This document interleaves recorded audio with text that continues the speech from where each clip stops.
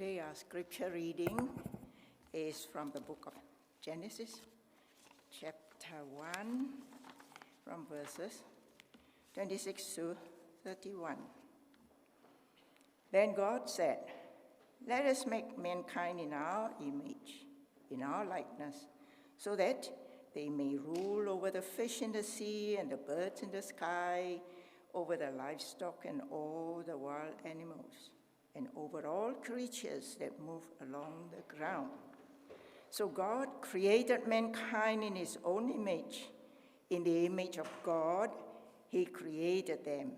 Male and female, he created them. God blessed them and said to them, "Be fruitful and increase in number. Fill the earth and subdue it. Rule over the fish in the sea and the birds in the sky, and over every living creature that moves on the ground." Then God said, "I give you every seed-bearing plant on the face of the whole earth, and every tree that has fruit with seed in it. They will be yours for food. And to all the beasts of the earth, and all the birds in the sky, and all the creatures that move along the ground, everything that has breath and life in it, I give every plant for food." And it was so. God saw all that he had made, and it was very good. And there was evening, and there was morning, the sixth day.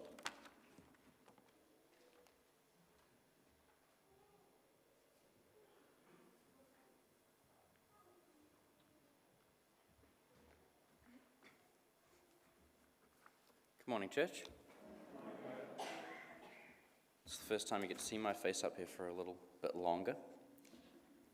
Now, I'm going to start off with a few questions, so you don't have to yell them out to me, but think them to yourselves. Have you ever been told that you look like someone? But ironic coming from an identical twin, isn't it? Maybe it's your mum or your dad, maybe it's like a sibling. And has this been a compliment or has this not been a compliment? Give that a bit of thought. So obviously I've had, "Oh, hey Josh," "Oh no, that's Caleb, never mind." Maybe you're wearing a shirt, "Oh, cool shirt, I love that band." I don't see any All Blacks shirts at the moment, but maybe part of your image is a sports team or it's different apparel. Or maybe you start picking up some mannerisms or some words that people say. You catch yourself saying, "Oh, that's what John from work always says." "Oh, why am I starting saying that?" Maybe less physically, what are things you talk about a lot? What are you known for? And we're talking about image bearers this morning. So if you come and talk to me, you'll probably know that I like talking about youth, about church, about building, about jiu-jitsu, about music. Those are all things that I'm known for. You could say that I sort of have this image of. And I think a lot of the time we reflect those that we keep around us. We reflect a lot of those things. So that's where you pick up different phrases or mannerisms from people. Now at Youth, we've been doing this series called, there we go, always wanted to do that, "More You, Less Me." That was perfect timing, that's the twin telepathy thing going on. So today's a much longer version. Some of you may be hoping for the 5-minute message that we do at Youth, but unfortunately it's going to be a little bit longer than that. So we've been looking at a lot of examples of times that people have put God's way above their own way. So putting God, more of God, and less of themselves. So it's sort of showing, more of God in their life and less of our broken, sinful nature. And God's ways aren't always the most logical ways in the eyes of man, as we've seen through multiple accounts through the Bible. And I'll give you a quick summary of some of the ones we've been going through at Youth. So we went through Gideon. If you know the story of Gideon, firstly, Gideon had some tests for God. He wanted to really prove, God, is this really you calling me to do this thing? So we talked about how it's okay, God's more than capable of taking our questions. But more than that, Gideon took an army and it got slimmed down to 300 people. And in the eyes of man, that seems very foolish. You'd think, why don't you take the 22,000 scared people that you let go? Surely you want the numbers. But often God has a way of doing things in a way that you can't deny the fact that God was involved. Because if all these people went in and won the victory, it'd be easier to say that you had all the numbers, you had this and that, but if God reduced it down to 300, you'd have to think that God's pretty heavily involved to have that victory. We talked about Shadrach, Meshach, and Abednego, and how they stood up for God, and they trusted that God would be with them. And they have the great line that says, He can save us, but even if He doesn't, we will not bow down to the idols. So we talked a lot about how we can trust in the fact that if we stand up for our faith, if we stand up for what we believe in, God will be with us, even if it doesn't always end up with a miracle. We had Joey come and guest speak, and he talked about how sometimes putting God first in our life involves some sacrifice. He talked about how he was playing a lot of ice hockey, and he stopped playing ice hockey in his last year of school because he felt like it was encroaching on his relationship with God. And then on Friday night, we shared about David and how no matter where you are in your season of life, maybe you seem like you're small, you're insignificant, you feel like God can't use you, that God still has a purpose for you. And sometimes His preparation looks very different to what we think the end goal might be, like going from a shepherd to being a warrior. Now, all of these give us different aspects of the nature of God and how God interacts with His people. So the first week of this series, which is what we're going to focus on more today, is this verse that we just read about being image bearers of God, being made in the image of God, and being in His likeness. Now, some of this comes from, I've been doing studies at Laidlaw College, and some of the learnings I've been doing there have been around this verse, and it's been really awesome to think about that, to learn about that, to grow in that area. So I want to share some of that this morning, and that's where this series came out of, is how can we reflect, how can we be better image bearers? Now, what comes to mind when you think of we're made in the image of God? One of the first things that came to mind for me growing up was there was this whole idea of like a 45-degree mirror, and I had this cool idea being the youth pastor. I thought I'll get a mirror on stage and smash it and use it as an analogy, but thankfully I had better sense and didn't do that. So I'm not doing that this morning either. But there are some problems with that analogy as well. I think a lot of it, when I was growing up, I learnt about more of a deflection of praise. So if someone says, oh, you're so good at this, you did an awesome job with this, I think it can be quite healthy to say, especially I think growing up as a musician, it's not me that's doing the things, it's the Holy Spirit working in people in this worship setting. So I think it's quite healthy to deter that, to deflect that and say, actually, it's the Holy Spirit and God that was doing things. I might have been hitting some keys or something, but I can't take any credit for that. But I think in this image bearer scenario, it's not a great analogy, sort of deflection or even reflection. We can't actually go walking around with a massive mirror in front of us to deflect, to see up at God. We've actually got to live a life that reflects Him in that way. Does that make sense? And there's a thing in football, and I'll let you call it soccer if you're American, but there's a thing called a point back. So if you do a really good pass and the person just has to sort of tap it in the goal, the person who will score will often point back at the person who passed it, sort of give them credit, saying, you did all the work on that, I didn't really do much. I sort of see that paralleling with what we are as image bearers as well. So what does it mean to be an image bearer in the likeness of God? In the ancient times, kings and emperors would set up statues or icons, or images of themselves, in order to remind the people of their kingdom who they were and that they were in charge. So even though that king or emperor couldn't go throughout the whole kingdom, they'd have these little image bearers, these little statues, these little icons around the place to remind all of the people that's their king, that's the one who's in charge. Now God says in our image, He says in our likeness. So He gives Adam and Eve this mantle of image bearers and vice leaders meaning to be empowered to serve in the place of. So in verse 28 we see, be fruitful and increase in number, fill the earth and subdue it, rule over the fish in the sea and the birds in the sky, and over every living creature that moves on the ground. And God said that His creation was good, but He instructed Adam and Eve, so those made in His likeness, to be leaders in His place, to keep going and make things even better, to take Eden to the whole rest of the world. So we have these 3 points. We have fill, so to bring to abundance. We have subdue, sort of take care of and bring under authority, and to rule. and have dominion. And this is more ruling and dominion in the lens of God's living rule, not in a force or coercion kind of rule. So Adam and Eve were pure image bearers, portraying the likeness of God's presence and rule in the world. But spoiler alert, it did not last very long. So if you know the story, this gift of free will was used and abused, and Adam and Eve acted outside of God's will, which is what we call sin. And Adam and Eve were now broken image bearers. They were not pure. They were not reflecting God's presence and rule. Instead, they will now project selfishness and idolatry. We see that relationships start to get torn apart. We see wickedness displayed. We see human pride run rampant. And judgment is cast upon creation and humanity. Time for some more spoilers. Jesus came, and he broke this curse of sin. He broke it with his death and resurrection so that we could have a path of redemption, so that we could be coming back to this place of being pure image bearers. Jesus brings healing to relationships, both with God, he brings healing to relationships with ourselves, and he brings healing to relationships with others.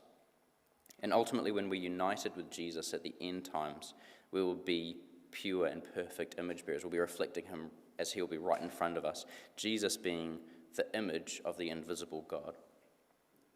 So how do we become better image bearers? We've got this little synopsis of, okay, we were perfect image bearers, there was the fall, and now we have a means to become pure image bearers again. And you can sort of see where this whole series has come out of all of that. So pursue a life of being pure image bearers. Well, if Jesus was the image of the invisible God, then I think it would make sense to pursue a life that is like Jesus, to become more like him, to do what Jesus did. Now, do you have to become a carpenter? I mean, I did, but I don't think it's made me any more Jesus-like. Do you have to walk around in a tunic with 12 dudes following you? I mean, it might fulfill my dreams of being a Jedi as growing up as a kid, but I don't know, again, if that's going to bring me any closer to Jesus. But thankfully, we've just wrapped up a series on the practices of Jesus. So I'm going to give you a quick summary of these. Now, we do have the YouTube, we have Spotify. There are lots of different ways to recap these, but I'm going to give you a quick snapshot if you weren't here. Richard shared the first week about silence and solitude, and he shared about how Jesus would often go away to spend time with his Father. And silence is actually one of my favorite spiritual disciplines. To sit and be still, to take away the physical and the metaphorical noise from the world around us, and just to sit in his presence. Now, men, sitting and not thinking about anything may come quite naturally to us, more to the women, but I encourage you to sit and be still with God in this way. It's not for all. If you're quite a fidgety person, maybe sitting in silence for 30 seconds may not bring you any closer to the Lord, but it's one of my favorites, so I encourage you to try it. And just like your relationships with your spouse, your work colleagues, your friends, your family members, the more you spend sort of one-on-one time with them, the better you get to know them and the better they get to know you as well. Steph shared about prayer and how communication is a huge part of spending time and getting to know each other. And Jesus kind of, there's some overlap here of silence and solitude, of Jesus would go away to then pray, to speak with his Father, to spend time with his Father.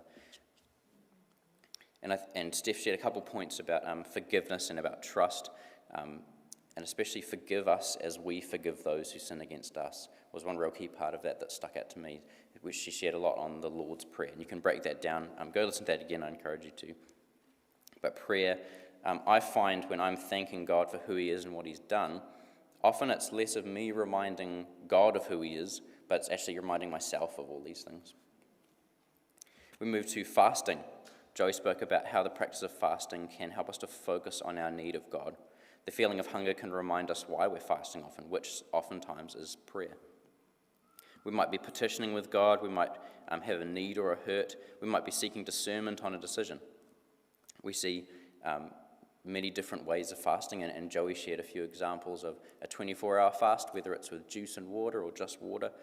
John Wesley would weekly fast from sundown on Thursday to sundown on Friday. That's an ancient tradition through the church. I don't know if the youth are here today, but some of them are doing the 40-hour famine. If you know some kids have been doing the 40-hour famine, I'm sure they can offer some answer some questions about how the last 40 hours have felt. They'll be breaking their fast in about 2 hours, I believe. Maybe ask them gently because they might be a little bit hungry.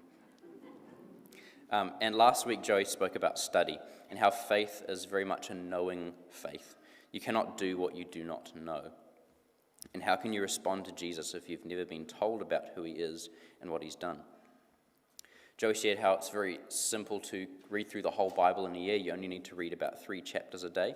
And right now at youth, we're actually reading through the New Testament in a year, and that only requires 5 chapters in a week. So we read one every weekday. Another great way, if you're not as much into reading, is there's audio Bibles, there's audio books. Not just the Bible, there are many other books about discipleship, spiritual discipline, faith, so many topics, so many podcasts and audio books out there. And again, you can go to the ECW Wesleyan YouTube. I believe all the messages are on Spotify as well, which is great if you're going for a drive and you want to recap. We also have the discussion guide, so we have different questions about the message, and I know a lot of the home groups are utilizing this. And in a similar way in our youth time, we'll have a message time, we'll have like a half-hour small group time. And this has been really good. Recently, we've been talking on the fruit of the Spirit out of this conversation of image bearers. And we used that to keep each other accountable. We said, out of these fruit of the Spirit, is there one in particular that you could be improving on? And it was really great that we could share that with each other. And in the last few weeks, we've been able to keep each other accountable. Hey, how's this gone? Have you been able to be faithful? Have you been able to pray more? Have you been more self-controlled? Now, before we go to communion, we're going to sing one of my favorite songs at the moment. I'm going to invite the worship team to come up. And this song is very much a response to this of being image bearers. And I'm going to read you the lyrics. There's quite a few words, but I encourage you when they sing, respond how you feel led most. If you feel you want to stand and sing, then please stand and sing. If you would like to sit and just focus on the words, then please do that as well. So I'm going to read the words for you. God of creation, there at the start, before the beginning of time, with no point of reference, you spoke to the dark and fleshed out the wonder of light. And as you speak, 100 billion galaxies are born. In the vapor of your breath, the planets form. If the stars were made to worship, then so will I. I can see your heart in everything you've made, every burning star, a signal fire of grace. If creation sings your praises, so will I. God of your promise, you don't speak in vain, no syllable empty or void. For once you've spoken, all nature and science follow the sound of your voice. And as you speak, 100 billion creatures catch your breath, evolving in a pursuit of what you said. If it reveals your nature, so will I. I can see your heart in everything you say, every painted sky a canvas of your grace. If creation still obeys you, so will I. If the stars were made to worship, so will I. If the mountains bow in reverence, so will I. If the oceans roar your greatness, so will I. For if everything exists to lift you high, so will I. If the wind goes where you send it, so will I. If the rocks cry out in silence, so will I. If the sum of all our praises still falls shy, then we'll sing again 100 billion times. God of salvation, you chased down my heart through all of my failure and pride. On a hill you created, the light of the world, abandoned in darkness to die. And as you speak, 100 billion failures disappear. Where you lost your life, so I could find it here. If you left the grave behind you, so will I. I can see your heart in everything you've done, every part designed in a work of art called love. If you gladly chose surrender, so will I. I can see your heart 8 billion different ways, every precious one a child you died to save. If you gave your life to love them, so will I. Like you would again 100 billion times. But what measure could amount to your desire? You're the one who never leaves the one behind.